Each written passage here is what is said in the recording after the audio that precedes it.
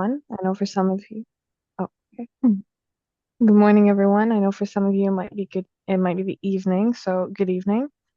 Before I begin, I would like to give a big thank you to Anton and the GYC as a whole for giving me this opportunity to speak with you all today. So as Anton said, my name is Zaynab Hussein, and I have had the privilege of participating in the GYC for 3 consecutive years and earning first place in GYC 2024, which was themed AI and the Future of Our World. And this year's topic, as you know, is AI and sustainability, which is a beautiful opportunity for you to delve into the deep world of research. As Dr. Feifei Li said, artificial intelligence is not a substitute for human intelligence. It is a tool to amplify human creativity and ingenuity. Today's greatest global solutions to our greatest challenges are arising from initiatives of innovation built upon the basis of research, analysis, and critical thinking. When you guys are researching, you will be researching in order to address an issue or the best way possible, or a need the best way possible. And in this case, the issue will fall under unsustainability. And you'll be researching different perspectives on this issue, as well as proposed research-based solutions. And you're going to have to find the gaps between the research-based solutions. So either because you have your own solution yourself, or you're going to be combining solutions in order to have a more complete solution to the problem at hand. And one example of such an initiative is such an innovative initiative that I've been able to speak about before is the Earthshot Prize. Many initiatives like this, they fund the innovative solutions around the world for the future of our world. This one is founded by Prince Williams in 2020, and the Earthshot Prize searches, supports, and scales innovative sustainability solutions from around the globe by providing a community of innovators to connect and combine their unique solutions to tackle the greater crisis at hand, which is climate change. This is one of the reasons why unsustainability is occurring. Again, climate change is connected to human activities as well, but you could be talking about unsustainability just generally about pollution, or unsustainability even within the economy or within social society itself. I'm just targeting this topic because I've spoken about it before. And like many Earthshot, like many innovative initiatives which you'll stumble upon during your research, believes that if we pair the urgency of our situation with optimism for the future, we can take action towards repairing and regenerating our planet. Another thing is that you should always have a positive view on our future and try to find a solution or a new way of thinking to tackle these type of issues. One AI involved sustainability initiative that I had the privilege of talking about during the GYC final of 2024 was Bhumitra, which addressed the issue of agricultural sustainability. Again, you don't have to talk about this topic. I'm just bringing it up as an example so you can have a picture in your mind of what type of topics you may research if you haven't begun so already. Powered by AI, Bhumitra is a carbon soil marketplace which uses remote sensing technology for farmer empowerment and agricultural practice transformation around the globe, as well as sequestering carbon, so taking carbon out of the air into the ground. Plants do this naturally, but they try to use agricultural practices that amplify this natural phenomena because of the increased carbon in the atmosphere. Bhumitra uses big data and proprietary machine learning. These are two topics which you'll stumble upon a lot in your research when it comes to AI tackling solutions, and operates in 4 continents across 5 million acres and has successfully removed 10 million tons of carbon from the atmosphere. Just one example of the many innovative initiatives that arise from funding initiatives such as Earthshot competitions such as the one that we're in right now, where you have bright minds from around the world trying to come up with solutions for our future. And like Earthshot, you and I, as young researchers, will dive into, learn from, and take away from what we can do individually as well as when we work together for the future of our world. As Sir David Attenborough says, if working apart, we are a force powerful enough to destabilize our planet, surely working together, we are powerful enough to save it. Now, we are going to dive into our prep for the live final, which I gave you hints of things that you need to do during this speech that I gave right now. And we're going to touch on them so that when the live final comes, you are prepared, just like Anton said. I'll just share my screen. I can share my screen.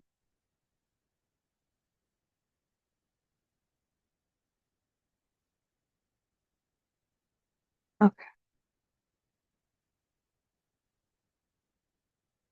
Oh, oh, yes. I know how to share my screen.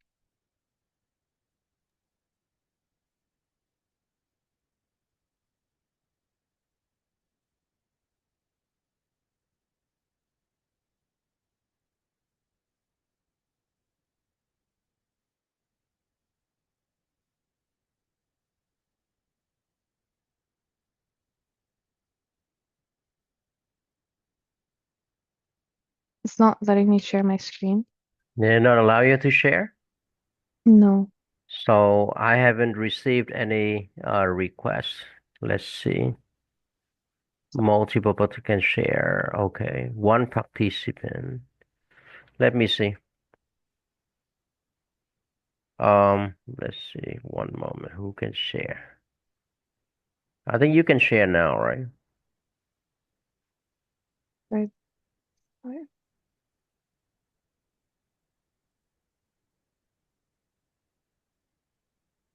Trying to. No. No? No, I was answering a question that I got in the chat. No, I haven't won the Earthshot prize. Yeah, can you also send it to me? Because at the moment, let's see what happens. Because I haven't Okay, received any requests or that's odd. So is it okay if I send the slideshow to you and then you share it from your end? yes, yes, please. While you answer the question of the person, Nicole has a question for you. Okay. I'm just gonna send you it via email and then I'll answer the person's question.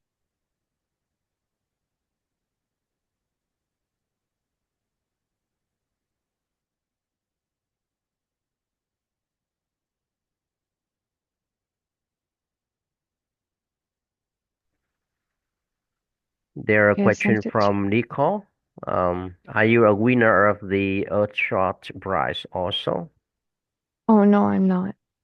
The Earthshot Mm-hmm. prize is a a much bigger scale. You come up with a solution, you might invent something or a method or a product like, or mostly the Earthshot prize, you already have a bunch of people working together.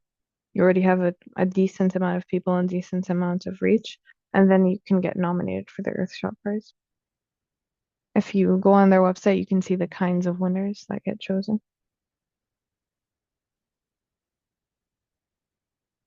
Um, so a lot of people didn't know about the Earthshot prize. So can you explain to them a little bit? Okay, let's sure. I'll also put the link for them in the chat if that's easy, so they can look at it even after the meeting. Yep. So the Earthshot prize, it's funded by Prince Williams, and they called it the Earthshot Prize because a, a former president had made a project called Moonshot, where the project was to land a man on the moon in 1 year. The Earthshot Prize's goal is to have from starting at the year 2021 to 10 years onto that, so 2030. In those 10 years, each year of five finalists, I believe, are chosen for five different solutions around the world. Excuse me. They have, Okay. yeah, they have different categories. Certain categories either are rewilding the world, some are cleaning the planet, some are cleaning our oceans, some are cleaning our air. So different and rest here. It's protect and restore nature is one of them. Cleaning our air is another one. Reviving our oceans, building a waste-free world, and fix our climate. And every project that's nominated falls under these categories. And they hope by 2030 they'll have around, I believe that's 50 projects from worldwide innovative and scalable projects that can help fix our climate because 2030 is kind of the tipping year right now. Everyone's trying to help um, sequester enough carbon or cool our planet or all of that until 2030 to make sure that we have a restorable amount of our planet left. And each winner gets a 1 million euro to scale their project, which is a lot of support. Any other questions, everybody? Wait for a minute because I have to download this one and I will share the screen with you. Okay, thank you.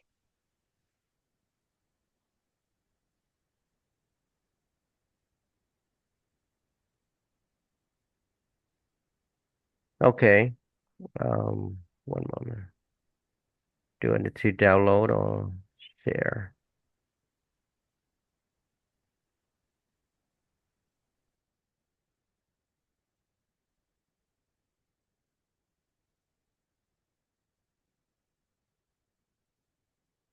Okay, so it's ready and now everybody, I would like to share it with you.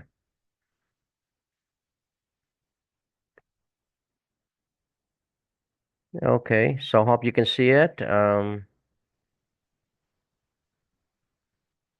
Yes, we can see it. Yep. Okay. Is it okay if you just press the present button on the top? Yes. Yeah. Okay. Okay, thank you. So, as we mentioned, today we're going to be talking about prepping for the live finals so that even if you get selected, you feel a bit more prepared. The outline of today is we're going to talk about your live final speech, Q&A prep, as in prepping for the Q&A with the professors, the judges, and I will have our own Q&A at the end so you can ask questions. So first of all, we're gonna begin with our live speech. So during the live speech, you will have 3 or 4 minutes. Anton, which one is it? Because I remember they changed it. I think this the same format of last year. 4 minutes? 3 to 4 Okay. minutes to present. Okay. So 3 to 4 minutes to comprehensively explain the tar the issue that you targeted as well as your proposed solution in a persuasive and interesting manner. And the judges will be staying on for a few hours during the live final, so you want to present in a very memorable way. And we're going to talk about that today. So your live speech has really two parts to it. You have scripting, and then you have the delivery of your speech.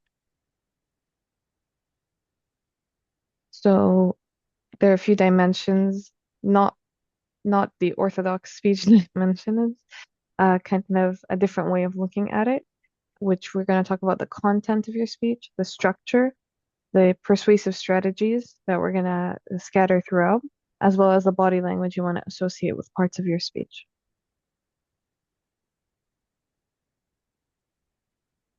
The structure for this speech, I understand not all speeches may be structured this way, but for this one at least, we'll start with appreciation, and then our hook paragraph, and then a self intro, and then your body, and then your conclusion.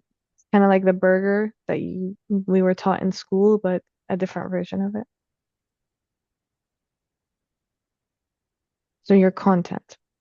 First, we're going to start with the appreciation paragraph, which is thanking the Global Youth Challenge as well as the esteemed judges and people who supported you. You know, before I begin my speech, thank you for giving me this opportunity, and I want to thank everyone that helped me get this far. This is a nice way to segue into your speech and as part of speech etiquette as well. We also have our hooking paragraph, which, oh, now, can we go back? Okay. So this paragraph, kind of like how you have a hook sentence in an essay, but a paragraph instead. And this paragraph, you really want to reel your audience in. And there are a few different things that you have to make sure are in this paragraph. So first of all, when you're hooking your audience, you want to be relatable to them. Your audience relate to you, not that you're speaking in a way where your audience just can't relate to you. Like, I don't know, imagine you're an engineer for a rocket ship or something. Paragraph will help you set the stage for the talk that you will continue with. And you want to make it feel like each individual in your audience, you want to make them feel like you're speaking to them individually, not as if you're just speaking to a crowd, speaking in a way that's targeted to each individual. So the way you write it will be as if you're talking to one person, but targeted to more multiple people. And ways that you can reel your audience in is to engage their senses or their imaginations, kind of set the stage, if you will. And you're also going to be using emotional appeals and rhetoric, those strategies that can help you engage your audience. Then we have our self-intro paragraph where you're going to be introducing yourself, your name, your location, your school, if you want. The judges like to know about you. They'd also like to know about why you joined the GYC, why you chose this topic, your motivation.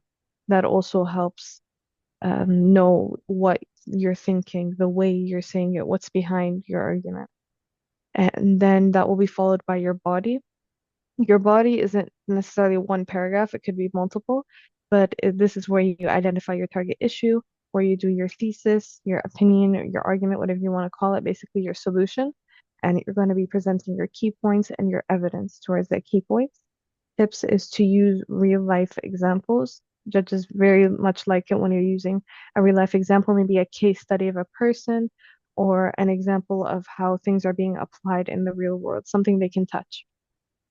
And also, you're going to go into persuasive techniques. These keywords, you can go back and see them later. They're just keywords so that when you have them, you know what to look for during your research. And a key tip is that you should quote big thinkers and innovators within the field that you're talking about. I say field because you could either go into environmental, sustainability, social, or economic, and especially big thinkers or innovators that are important within the research world. Someone that the researchers, the judges will know. It'll light a light bulb in their head when you say that person's name. And you can do this in any point of your speech if you want. Hook, conclusion, in the middle, but it's a good idea to do it as well.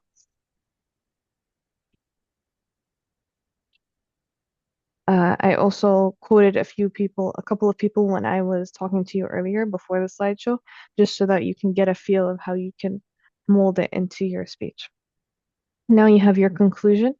Your conclusion, kind of like an essay conclusion, so you're going to be recapping your your topics, and you really want to end strong.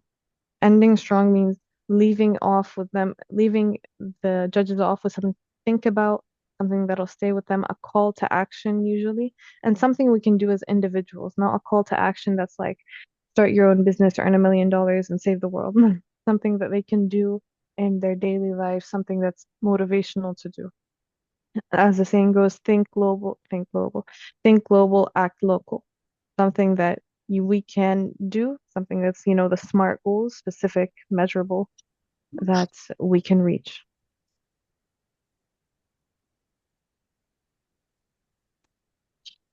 So is that everything, Zaynab? Yes, yes, please. Okay. Sorry, my bad. So, anybody has any question for Zaynab? Oh no, Um, that's not everything. it's not everything. No, So there's still more slides. there I are thought you two. meant for this slide. Okay,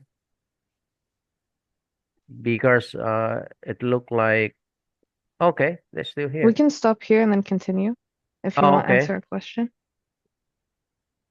Okay, so does the speech video only have myself speaking, or can I include diagrams, graph, or other data in the video? I believe you can, right? um, Anton. Like if you have, I don't think you take it off, you take your face off for a second. I think if you're able to edit the video in a way where you have it beside you, the graph or the data, then that would be great. Once I submitted a video with text, loading text as I spoke for keywords, I think that would be great. Very good. Anything Okay. else before we move on? Anybody has any other questions?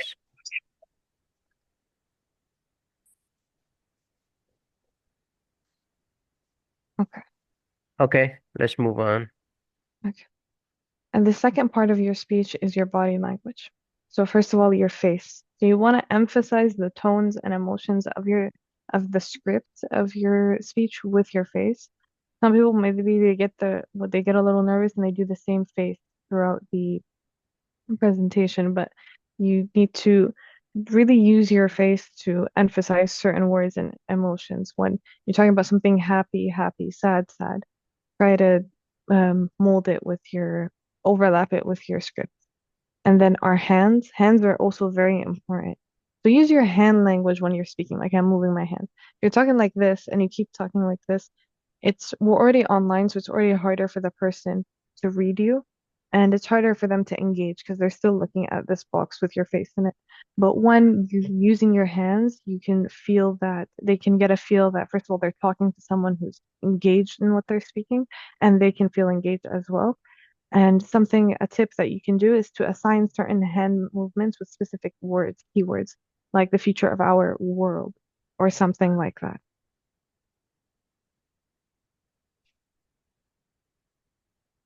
Next, you have your voice. Now, you can have the most amazing script and even great body language, but if the judges can't hear your voice or you're a bit shy, I know some people are shy and they're a bit timid, but the way you can first of all, match your voice, match the tone of your voice appropriately with your topic. If in your topic you're talking about something happy, but then your voice sounds sad, then it doesn't really match. You want to push it, you want to emphasize your point with every part of you, how you sound, how you look, what you're saying. Raise your voice in a confident and clear manner. And some of us, we might have lower voices, some of us might be a bit more timid, and that's okay. But the way to overcome this is if you practice, practice, practice. The more you practice, it's almost as if you just know what you're going to say. If you practice your essay over and over, then you build confidence. And when you build confidence, even some of us, I have friends with lower voices, they still sound confident when they've practiced, even if their voices are naturally low.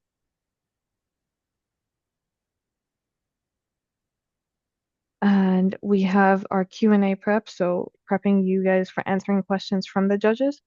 Going to be first research prep, then answering the judge questions, and then etiquette and tips.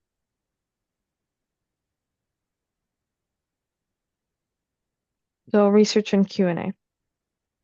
You should always do some extra research related to your chosen topic, especially on what you're going to say.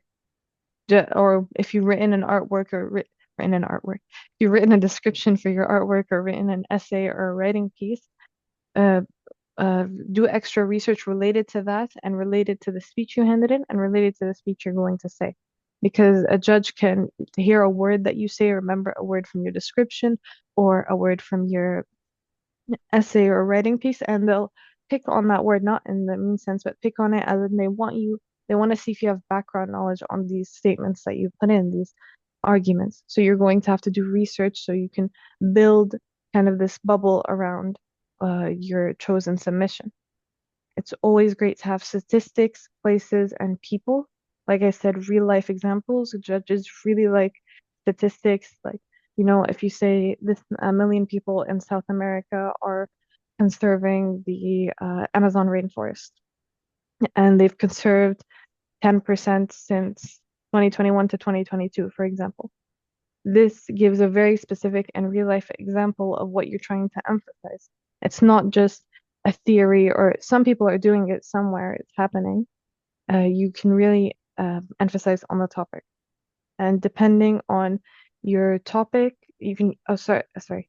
A good thing to do is to try to predict potential questions from this extra research from what you've written or drawn or your artwork or what you've said, And depending on your topic or slash counter arguments, as well as the judges who best match your topics of study, we're going to talk about learning more about your judges in a bit.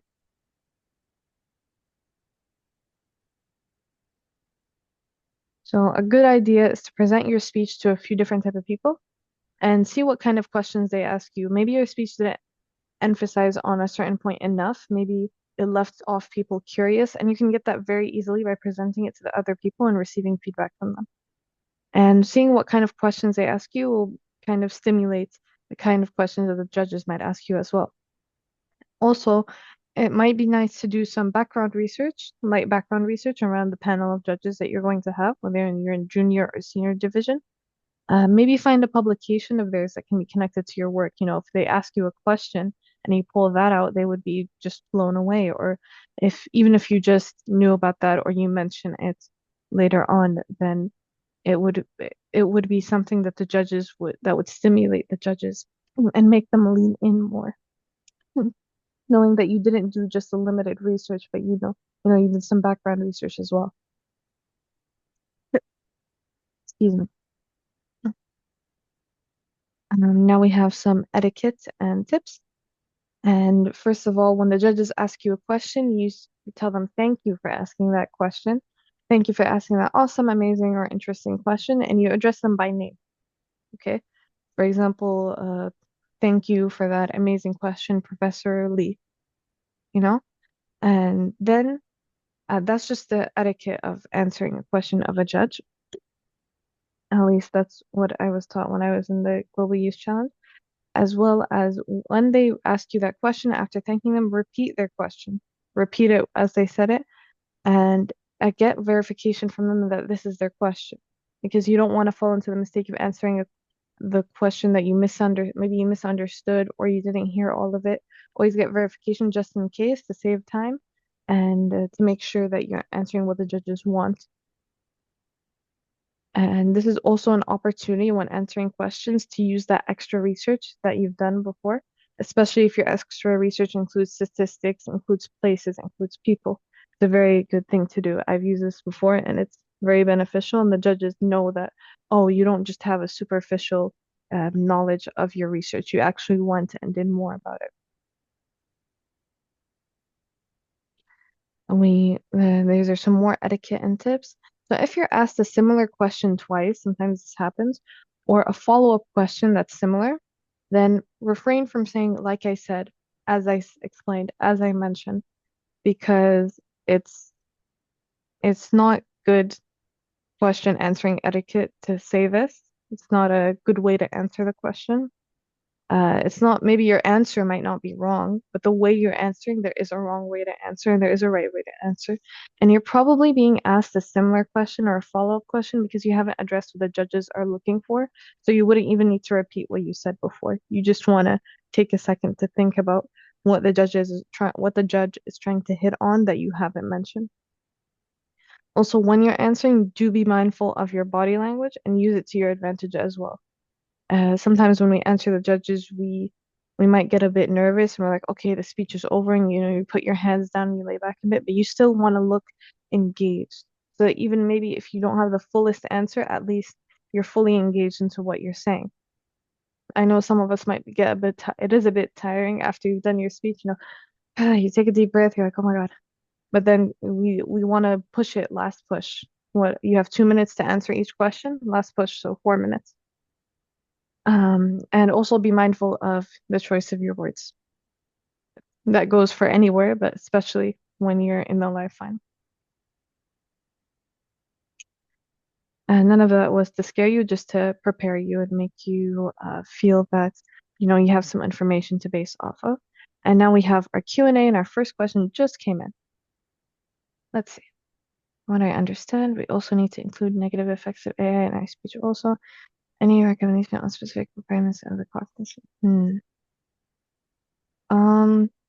Yeah, I guess if you wanted to do like kind of a counter argument, or some people say this is, even though AI is helping in this way, it might produce, I don't know, e-waste or something. Here. Okay. Here, let me think for a minute. I think I would recommend that when you do mention the negative aspect of AI that's contextualized in what you're saying, according to what you're saying, to your situation, then you would also have to bring up evidence to say either that, oh, there's more pros than there are cons. So even though there are some cons of AI, we have more pros than AI, which is why we should still go with the solution. Or you could find another solution to that issue specifically, or find someone who's dealt with that issue before. Those are the two things that I would see happening when you do mention the negative parts of AI. Either oh, there are too much pros and not enough cons not to go this way, or there is a solution to this sub issue that comes out of using this solution.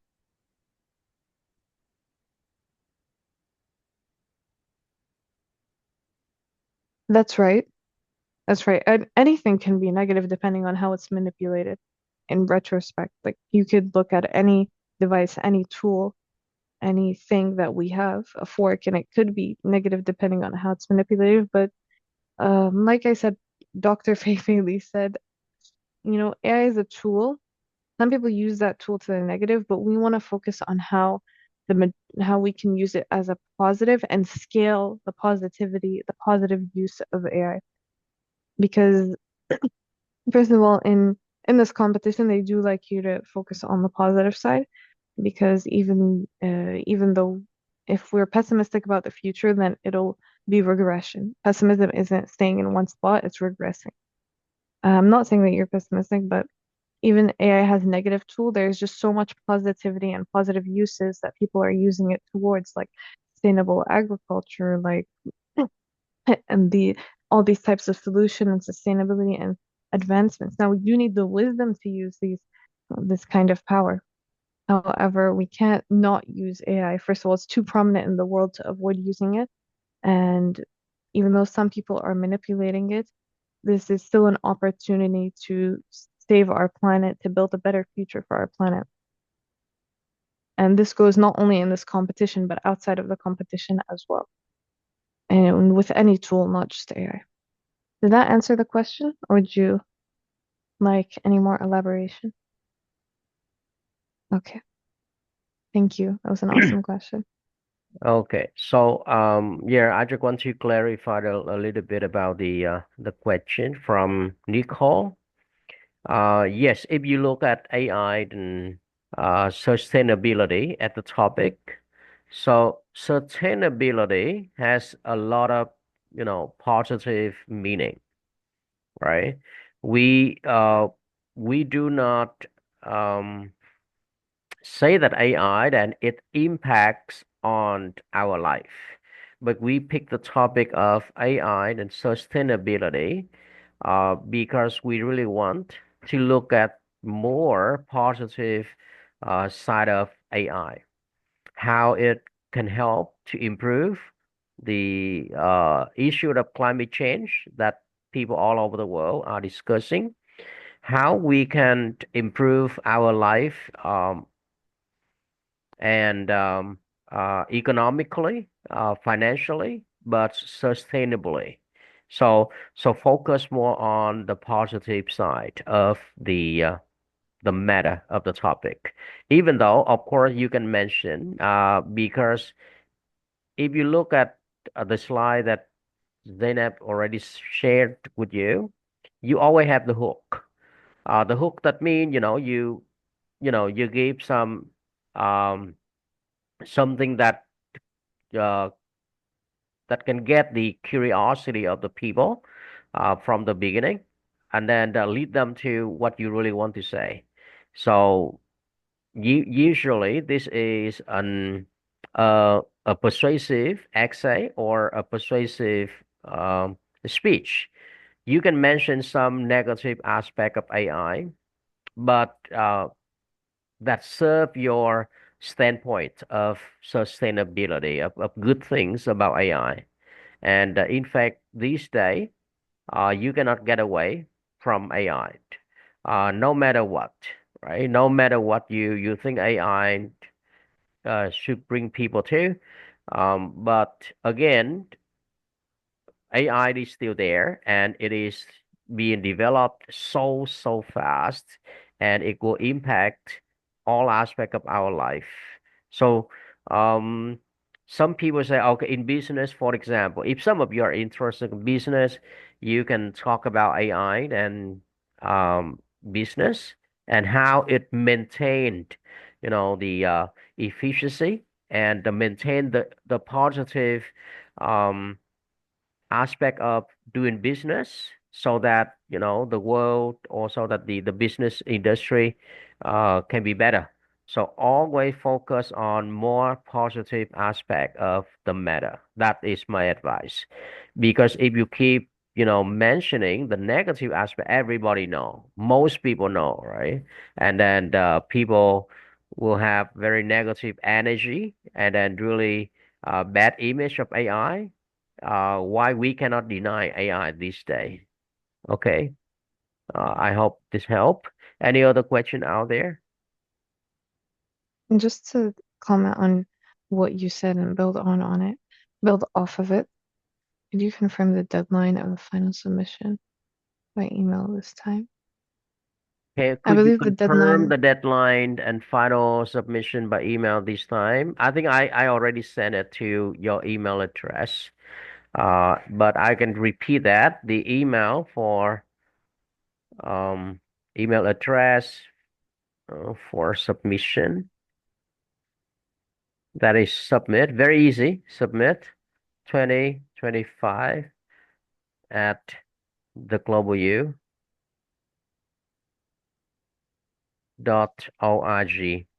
Okay. Uh,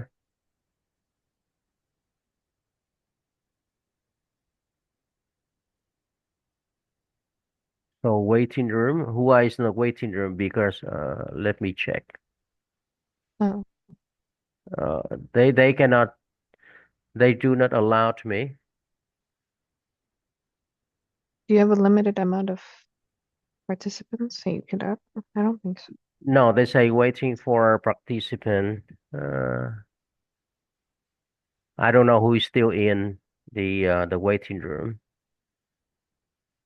I cannot see them.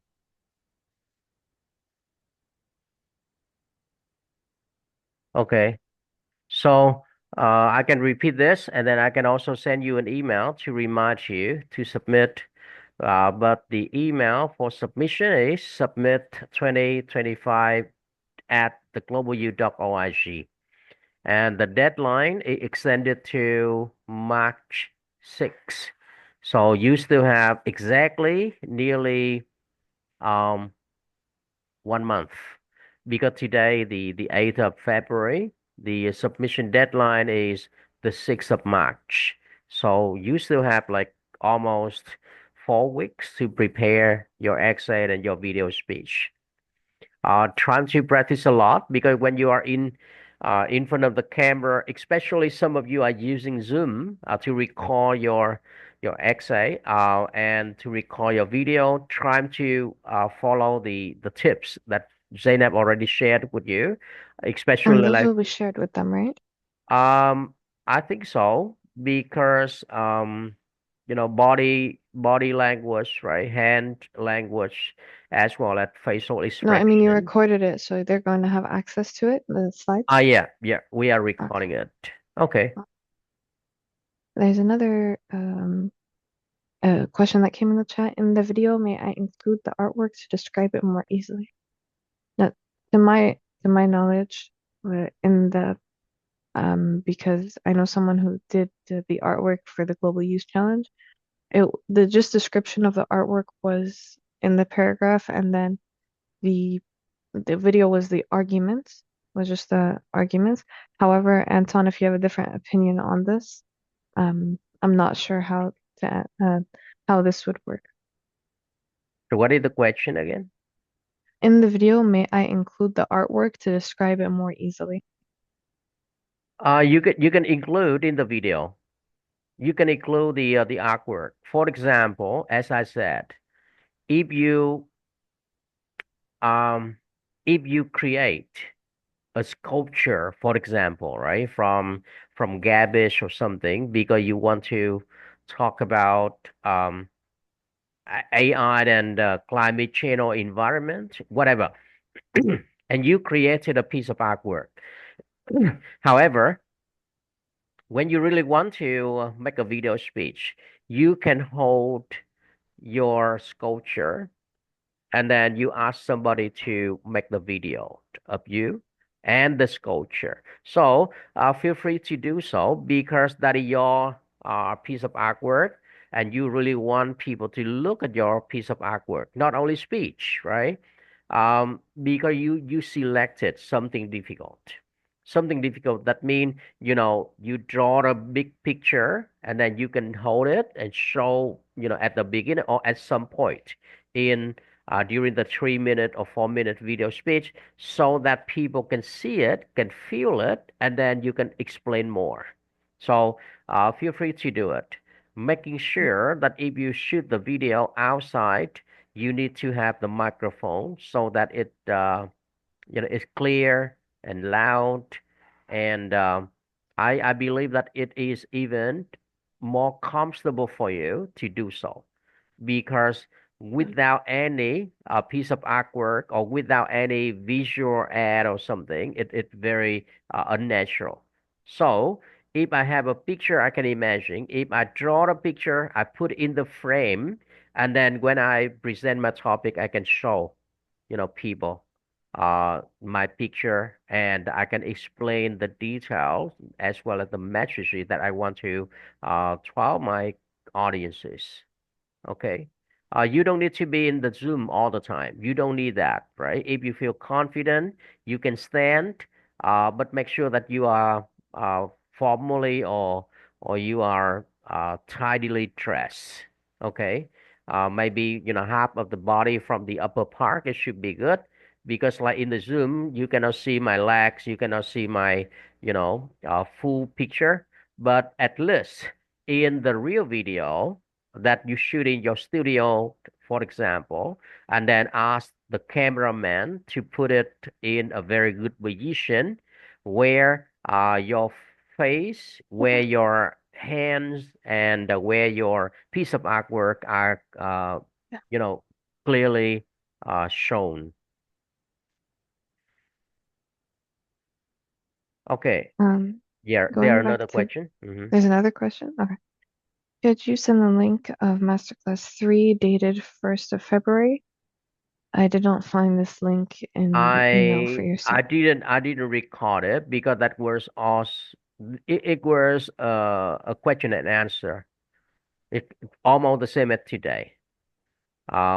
Student ask about the requirement of the competition. They ask about the deadline. So basically, you can watch this video again, but not master class number three. Master class number three, we didn't have any presentation. We only got the Q&A section actually. Okay. So you should receive the link on YouTube to watch this video again, so that you have more ideas. Going back to the comment about the negativity, including negativity as you're speaking, the news channels have been very good at advertising the negativity of climate change and AI and those type of things. People know about them because they're very, very well advertised. What is not advertised enough are the creative solutions that are being produced to combat this negativity. Just that point. Hello, Lily. Hello. Just joined us. Hi. Okay, And any question that you can have, please ask now because we still have like 25 minutes. Yeah, Nicole has a question. could the speech be a YouTube link the or does it have to be a downloadable video? So, okay, that's a technical question. It will cost more work for us. Okay. But it's up to you because technically we can also download your video from YouTube. Okay. But the quality may not be as good. Okay. Because when we put it on YouTube, that means you can also it up to you, right? If you set it like unlisted, so only you can see the video. But if you set it public, so people can also see your speech and they can give you comment or feedback, it should be excellent. But I suggest when you submit the video, if you can put it on a Google Drive link, because we will click on it, we see it, we download it easily, and it's in high quality. Again, we can also download your video and then we can upload it on our YouTube channel. Before the live final, it was unlisted, but after the live final, and then we can make it public so that people can see, if you don't mind. But we also have the consent form that if you are selected to the top 16 finalists, then your video speech will be public. Yeah, Google Drive. But I know because in China, you may not access Google, Gmail, or YouTube, so they can send us the link through Bilibili or something. But make sure that we can watch the video. We don't need any password. We don't need any, you know, um, a registration or signing up. No, we click on the link and we see it and we can download it. Yeah, we got this problem from participant from China because they sent us a link which uh which is not accessible. We click on the link and it asks for an exact request, right? Or something. So it's very inconvenient. So make sure that you test it. And if you really like, you can send us the link and ask, okay, can you see this video or something, right? And then so that I can resubmit it.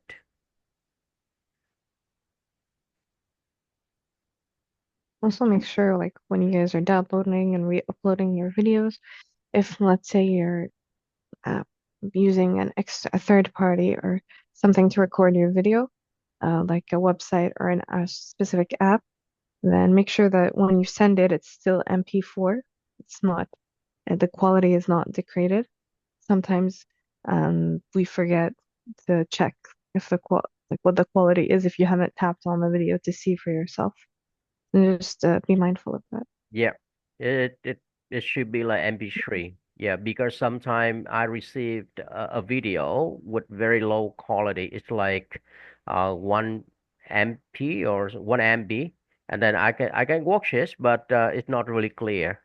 And then remember, we download your video. We have to upload it again to our channel, and then we send it to the judge for their evaluation.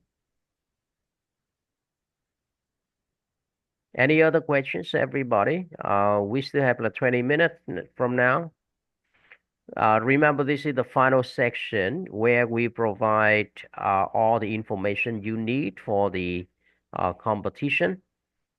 We can also receive your question or concern via email, but again, make sure that you understand all the requirements and then the deadline and how to submit, right? Because the deadline and the final announcement is very close. It's only about 4 days. So we work really hard. We receive hundreds of submission, and then we need time to review every piece of submission.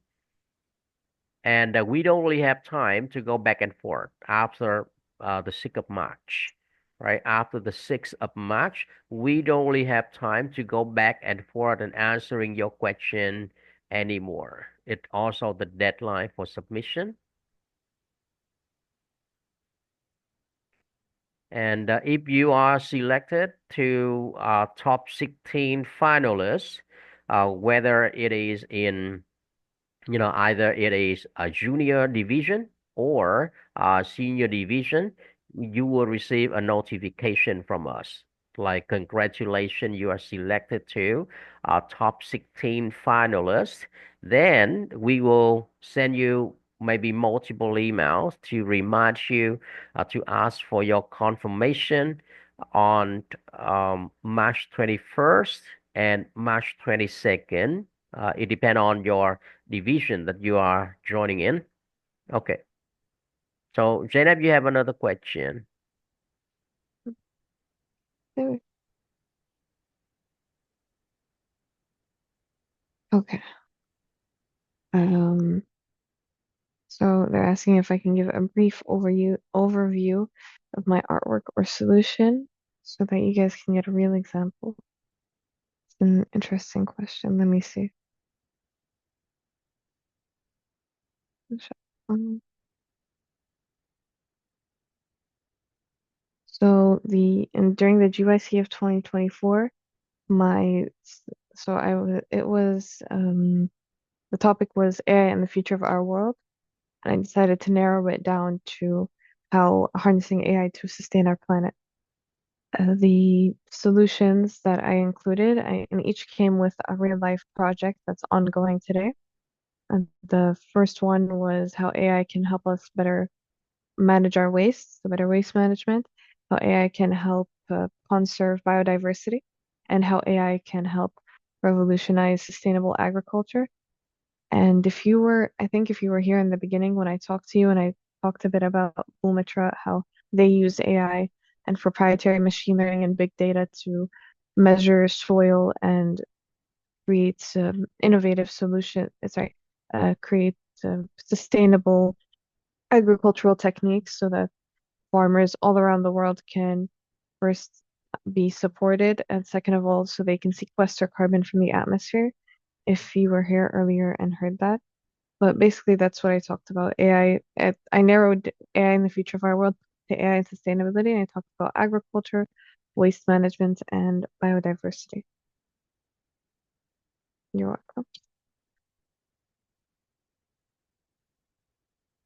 Any other questions, guys?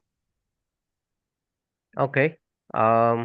We are receiving questions, so please feel free to ask any question that you like.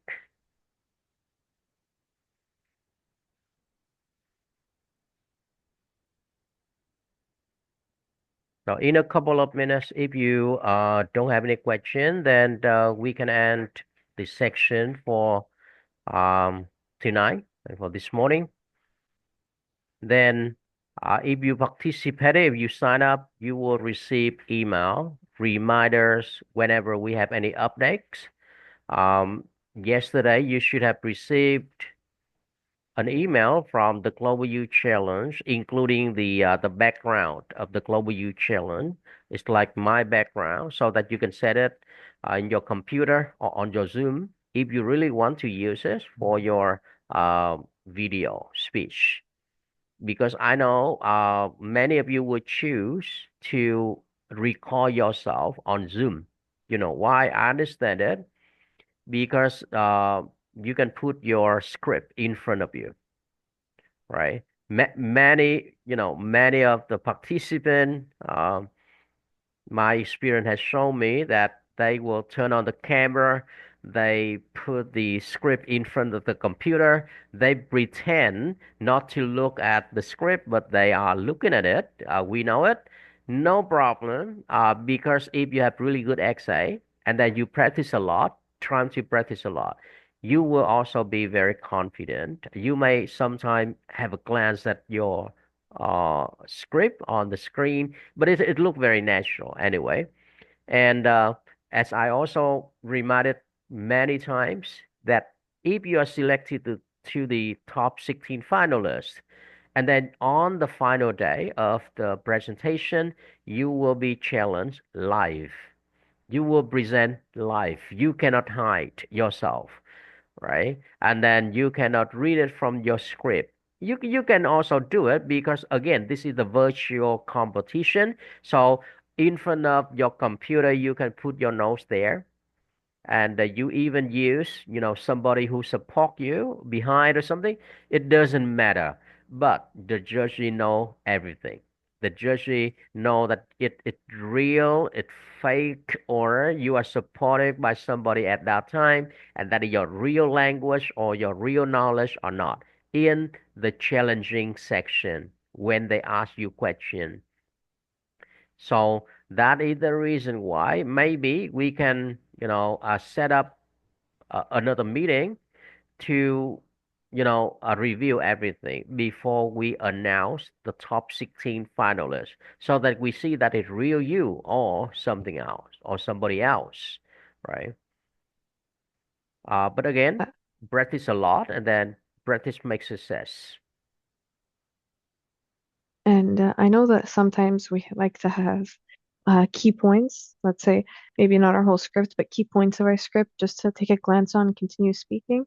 Also, if we have a specific choice of words, a specific way of saying something, then I do understand taking a glance at that just to see it, but practice it enough so that you're not reading the whole time, just when you need to. Doi Pham, I saw you. I'm sorry, is that how I pronounce your name? I saw you unmute. Do you have a question?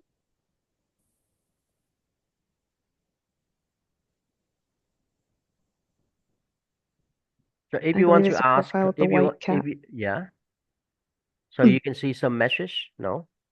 No, I just saw them unmute. Okay. Okay, okay. So a lot of people are unmute now. Uh, are muted now. So uh, we can end this section now.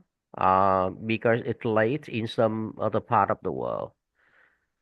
And we will send you an email with the video recording for tonight's section, this morning section, so that you can watch again. You can learn something from the experience that people shared with you and prepare for your essay and your video. Remember, you still have almost 4 weeks to submit your essay, your artwork, your video speech. So practice a lot. Instead of submit an essay and then tomorrow you submit a video, it's not acceptable. Remember, you submit the video, the essay at the same time. Okay, at the same time. And if you already submitted the the incomplete submission, please remind us and then you submit again, right before the deadline. We can receive, but trying to polish, trying to practice, trying to improve your submission before you actually click submit. Okay, so thank you, Zainab, so much for joining us this morning, and we wish all of you success, good luck, and want to see some of you in the uh, finalist presentation. I believe that Zainab will also join us, in the live final. In the Uh, junior division. yes, okay. It should be on a Friday. It should, and then the Saturday. Friday, 21st of March will be the finalist presentation for senior section, and the 22nd of March will be for the junior section. Okay. Thank you so much, everybody, and good night, good morning. You have a good day. Thank you. Bye, Bye. everyone. Thank you for Okay, goodbye, attending. everyone. Bye Have a great bye. weekend.